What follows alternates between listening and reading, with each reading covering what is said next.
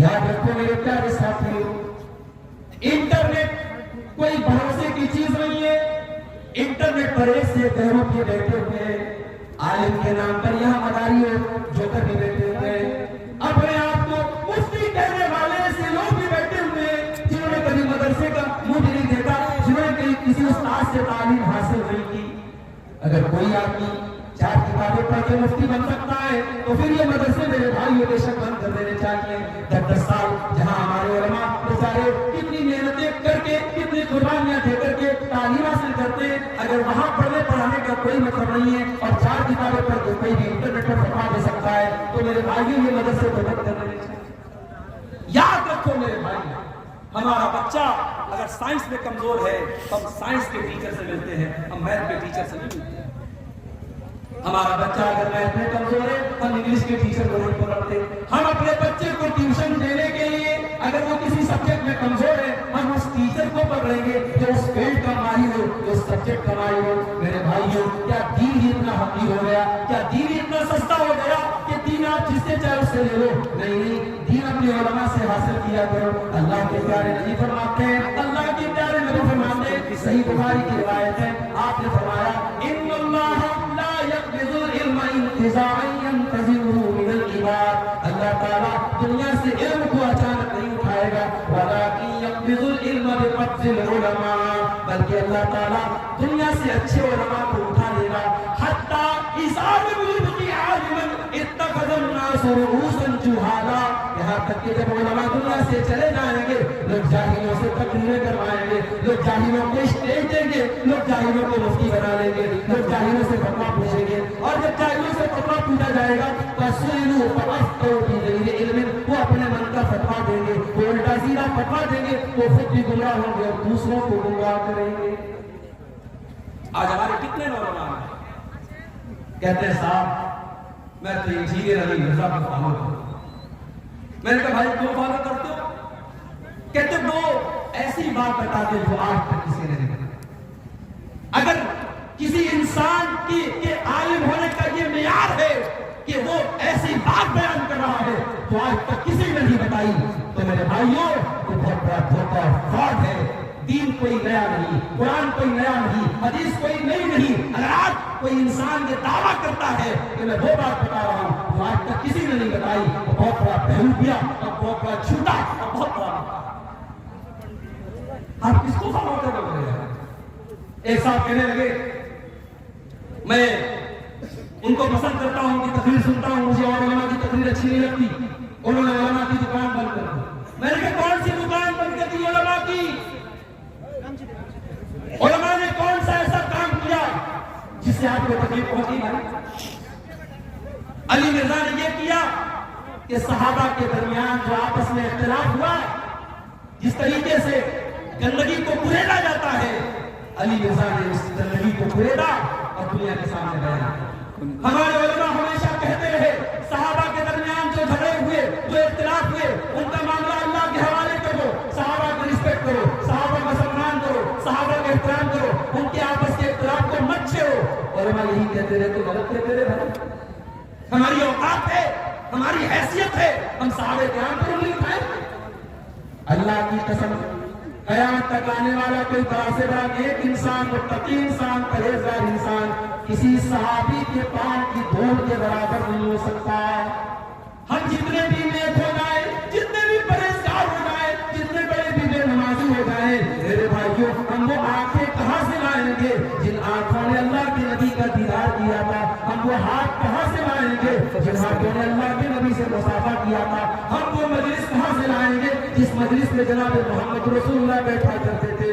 میرے پیارے ساتھیوں، جو صحابہ کے خلاف آپ کے دل میں نفرت پیدا کرے وہ عالم نہیں ہو سکتا۔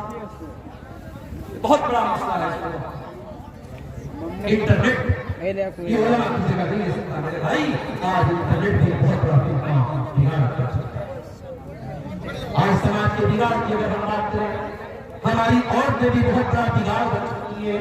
میری پیاری ماں بہنوں، برا نہ ماننا، اللہ کے نبی فرماتے ہیں ما ترکت فتنة أضر على الرجال من أمتي من النساء، میں نے اپنی امت کے مردوں کے لیے عورتوں سے زیادہ خطرناک کوئی فتنہ نہیں چھوڑا۔ یہ فتنہ کب کرتی ہے؟ عورت اپنے آپ میں فتنہ نہیں، معاف کیجیے گا، عورت اس کائنات کی زینت ہے۔ اللہ نے اگر عورت کو نہ بنایا ہوتا تو شاید اس دنیا میں یہ چمک رکھنا ہوتا۔ علامہ اقبال کہتے ہیں وجود زن سے ہے تصویر کائنات میں رنگ، اسی کے سوچ سے ہے زندگی، اسی کے سوچ سے ہے زندگی کا ساز رنگ۔ عورت نہ ہوتی دنیا میں تو دنیا میں یہ رونق نہ ہوتی۔ ارے بھائی آپ کی بیوی ہے، آپ کبھی غور کیجیے کہ اس بیوی کی محبت میں آپ نہ جانے کتنے نخرے اٹھاتے ہیں۔ آپ کی بچیاں ہیں، ان بچیوں کے شوق پورے کرنے کے لیے آپ کیا کیا کرتے ہیں؟ عورت کا وجود اس کائنات کے لیے بہت بڑی نعمت ہے، مگر یہ عورت جب اللہ کی شریعت اور اللہ کے قانون سے نکل جاتی ہے، جب یہ عورت اللہ کے قانون اور اللہ کی شریعت سے بغاوت کرتی ہے تو یہ عورت کتنا بڑا۔ اللہ کے نبی فرماتے ہیں المرأۃ عورۃ، عورت پردے میں رہنے کی چیز ہے، عورت چھپانے کی چیز ہے۔ فَإِذَا خَرَجَتْ اسْتَشْرَفَهَا الشَّيْطَانُ، جب یہ بے پردہ ہو کر کے نکلتی ہے تو شیطان کا ہتھیار بن جاتی ہے۔ ہم لوگ ٹرین میں سفر کرتے ہیں، بہت سارے ایسے مناظر دیکھنے کو ملتے ہیں کہ آنکھیں شرم سے جھک جاتی ہیں۔ آنکھیں تو نہیں بند کر سکتے، جو دنیا میں ہے، جو سامنے منظر ہے وہ تو نظر آ رہا ہے۔ کبھی کبھی ایسا بھی ہوتا ہے ایک مسلمان عورت ہے، اس کا لباس، اس کی چال ڈھال ٹرین میں اور فلائٹ میں سفر کے دوران جب ہم دیکھتے ہیں اللہ ہمارے دل کو چھوڑتے ہیں۔ وہ کام اگر ایک غیر مسلم، ایک کافر اور ایک مشرک عورت کرتی تو شاید ہمیں کوئی تکلیف نہ ہوتی۔ ابھی ٹرین میں سفر کر رہا تھا، یہاں سے لکھنؤ جا رہا تھا، ایک ادھیڑ عمر کی 35-40 سال کی عورت، اس کے لباس کی بے ترتیبی دیکھ کر کے مجھے حیرت ہوئی۔ مجھے لگا یہ کوئی غیر مسلم عورت ہوگی، لیکن جب اس نے اپنی بچی سے کہا بیٹی بسم اللہ کرو، اس طریقے کا کوئی جملہ کہا اور یہ سمجھ میں آیا کہ مسلمان ہے، مجھے افسوس ہوا۔ آج ہمارے گھروں کی عورتیں، ہمارے مسلم سماج کی لڑکیاں آج کس قسم کے ڈریس ہیں، کس قسم کی بے حیائی اور بے پردگی ہمارے گھروں میں ہو رہی ہے۔ اللہ کے قرآن میں کہتا ہے تکبیر کے دوران ایک دم فلا تخزان بالقول فیطمع الذی فی قلبہ مرض وقل قولا معروفا۔ اے مسلمان عورت، جب تجھے کسی غیر مرد سے تجھے بات کرنا پڑے تو تیری آواز میں لچک نہیں ہونی چاہیے، تیری آواز میں مٹھاس نہیں ہونی چاہیے، اس میں مٹھاس نہیں ہونی چاہیے، ورنہ تیری میٹھی آواز سن کر کے کسی ایسے انسان کے دل میں لڈو پھوٹ سکتا ہے جس کے دل میں شہوت کی نہیں۔ غور کرنا میری ماں بہنوں، جو اسلام یہ کہتا ہے کہ عورت کسی غیر مرد سے میٹھی آواز میں بات نہ کرے تاکہ سامنے والے کو کسی بری سوچ پیدا کرنے کا موقع نہ ملے، وہ اسلام اس بات کی اجازت کیسے دے سکتا ہے؟ عورت ایسا کپڑا پہن کر کے سفر کرے، عورت ایسا کپڑا پہن کر کے مارکیٹوں میں گھومے جس سے اس کا جسم نظر آئے، جس سے اس کا شریر نظر آئے اور وہ اپنے حسن کی نمائش کرتی پھرے۔ کیا ایسی عورت کتنا نہیں ہے؟ اور کیا ایسی عورتوں کو ایسا کپڑا پہننے کے لیے جو مرد اجازت دیتا ہے، جو باپ اجازت دیتا ہے، جو بھائی اجازت دیتا ہے، جو شوہر اجازت دیتا ہے، کیا وہ دیوس اور بے غیرت نہیں ہے؟ وہ اکبر الہ آبادی کا ایک شعر ہے نا، بے پردہ نظر آئی کل جو چند بیویاں، اکبر زمین غیرت قومی سے گڑ گیا، پوچھا کہ ان سے آپ کا پردہ وہ کیا ہوا، تو کہنے لگی کہ عقل پہ مردوں کے پڑ گیا۔ ان عورتوں کی بے پردگی سے زیادہ ہمیں ان کے مردوں کی بے غیرتی سے شکایت ہے میرے پیارے ساتھیوں۔ اگر مرد غیرت والا ہے، اگر مرد کھٹار ہے، اگر مرد ستار ہے، اس کے گھر کی عورتیں کبھی بے پردگی نہیں کر سکتی ہیں۔ اللہ کے نبی فرماتے ہیں ثلاثۃ لا یکلمہم اللہ یوم القیامہ، تین ایسے بد نصیب لوگ ہوں گے جن سے قیامت کے دن اللہ تعالیٰ نہ بات کرے گا، نہ دیکھے گا، نہ ان سے اللہ تعالیٰ ان کے گناہوں سے پاک و صاف کرے گا۔ نمبر 1 العاق لوالدیہ، اپنے ماں باپ کو ستانے والا۔ نمبر 2 والمرأة المترجلہ، مردوں کی نقل کرنے والی عورت۔ اور نمبر 3 الدیوس، بے غیرت آدمی، الذی یقر فی اہلہ الخبث، جس کے گھر میں بے غیرتی ہو رہی ہے، گندا کام ہو رہا ہے اور اس کو کوئی غور نہ کرے۔ تو عورت بہت بڑا فتنہ ہے، اور اس عورت کو اگر فتنہ بننے سے بچانا ہے، شیخ سربادی برادری یہاں بڑی تعداد میں موجود ہے، سیمانچل کا پورا علاقہ بھرا ہوا ہے، آپ سے بڑے ادب سے کہنا چاہتا ہوں میرے اور بڑے بصیرت کے ساتھ اور بڑے یقین کے ساتھ کہنا چاہتا ہوں، اگر اپنی نوجوان نسل کو بچانا ہے اس بدکاری سے، اس زناکاری سے، اس بے حیائی سے، ایک ہی فارمولا ہے، اپنے بچوں اور بچیوں کی صحیح وقت پر شادی کرو۔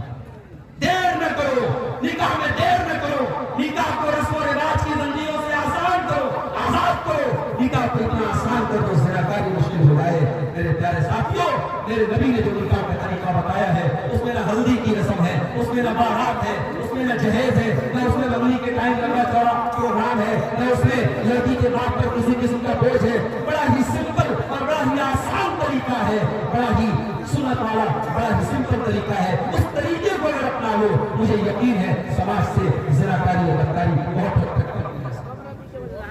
اور آگے بڑھی ایک بہت بڑا فتنہ مال کا فتنہ ہے، ورلڈ کپ کا میچ چل رہا ہے، آج کتنے موبائل کے اوپر ایپ موجود ہے، میچ لائیو چل رہا ہے، آپ کو صرف اتنا بتانا ہے کہ اس اوور میں 10 رن بنے گا یا 5 رن بنے گا۔ 10 رن بنے گا تو آپ کو 10,000 مل جائے گا، 10 رن نہیں بنا تو آپ کے 10,000 چلے جائیں گے۔ انسان یہ سوچتا ہے بزنس کروں گا تو 10,000 کمانے میں بڑا ٹائم لگے گا، نوکری کروں گا تو 10,000 میں 1 مہینہ لگ جائے گا۔ یہ تو بڑا اچھا طریقہ ہے، یہ تو بس ذرا سا پریڈکشن کروائیں، ذرا سی بھوشیوانی کرنی ہے کہ ایک اوور میں کتنا رن بننا ہے، کتنا وکٹ گرنا ہے، 10,000 میری جیب میں آ جائیں گے۔